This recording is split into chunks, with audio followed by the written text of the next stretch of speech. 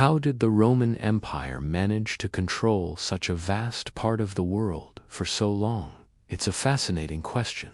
The truth is, they didn't conquer it all at once, and they certainly didn't start with some grand master plan. It all began with a small city, Rome, surrounded by enemies, dealing with bad roads, and, let's be honest, people who thought togas were a genuinely good idea for everyday wear. Rome's survival and its eventual dominance came down to learning one crucial lesson very early on. Control isn't just about winning battles. It's about getting people to stop resisting and start cooperating. It's about making them feel like they're part of something, even if that something started by conquering them. Roman soldiers marched farther than any army before them, but they didn't just carry swords and shields. They brought discipline, they brought rules, and most importantly, they brought roads. Wherever the Roman legions went, they built roads. These weren't just dirt tracks. They were straight, solid, and built to last. The primary purpose was military, of course. Legions could move incredibly fast, responding to threats or launching new campaigns, while enemies had nowhere to hide. But these roads had an unintended, brilliant consequence.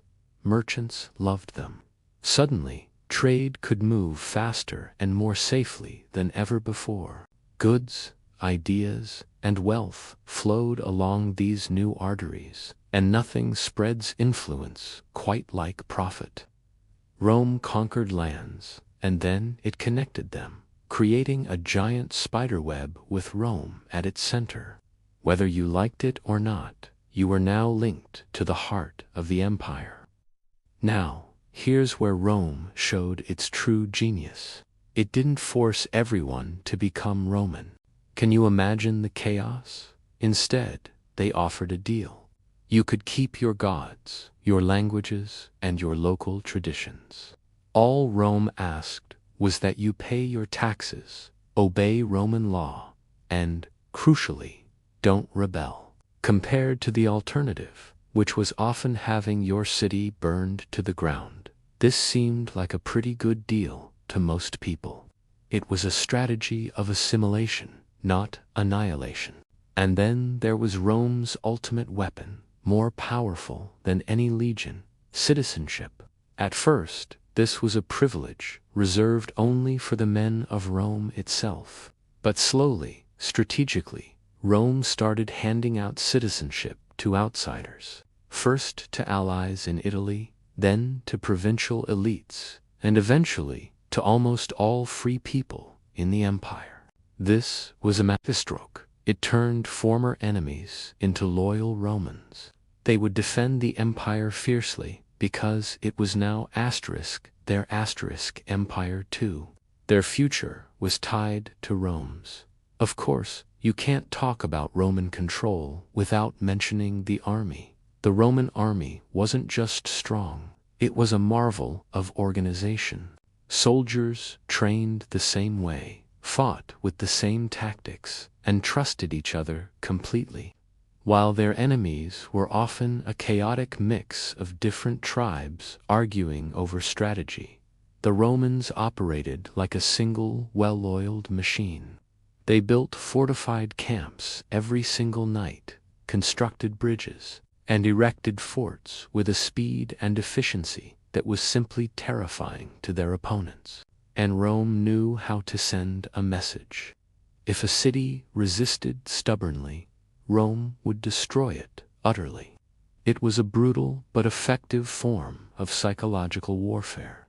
They only needed to do it once or twice in a region for everyone else to get the message loud and clear. Cooperation is survival. Resistance is oblivion. Unsurprisingly, many chose cooperation.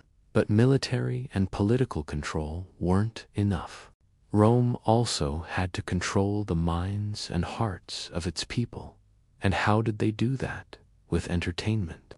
Massive arenas like the Colosseum, free food distributions, and spectacular gladiator games kept the population distracted, happy, and much less interested in politics or rebellion.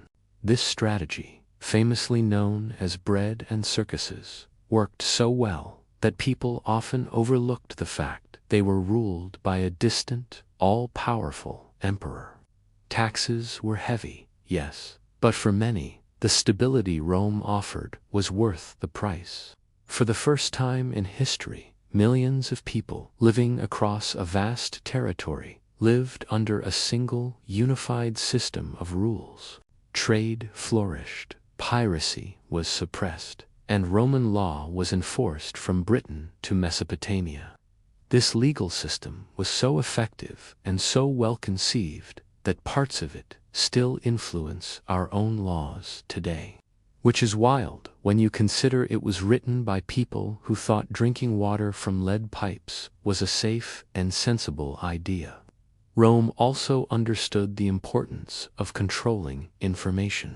News, propaganda, and imperial decrees traveled along the network of roads carried by official messengers and soldiers. This ensured that Rome's version of events always arrived first, shaping the narrative across the empire. When chaos did erupt, Rome's response was swift and predictable. Crush the rebellion, reward those who stayed loyal, and repeat. This intricate system of military might, clever politics, infrastructure, and cultural control worked for centuries. It was a remarkable achievement. But control on this scale has a cost. Eventually, the empire grew too large. Its borders stretched too far to be easily defended. Leaders became corrupt and disconnected from the people. The massive army became incredibly expensive to maintain. And over time, Rome's enemies learned to adopt Roman tactics and fight back more effectively. In the end, Rome could no longer move faster than its problems. The very systems that made it strong eventually became too rigid and too burdensome to sustain. But for hundreds of years, Rome did what no empire had ever done before. It controlled a massive portion of the known world, not just with force, but with structure, systems, and strategy. It proved that the strongest empire isn't necessarily the one that fights the most, but the one that organizes the best. Thanks for watching. If you found this journey back in time interesting, don't forget to like this video and subscribe for more stories from history. See you next time.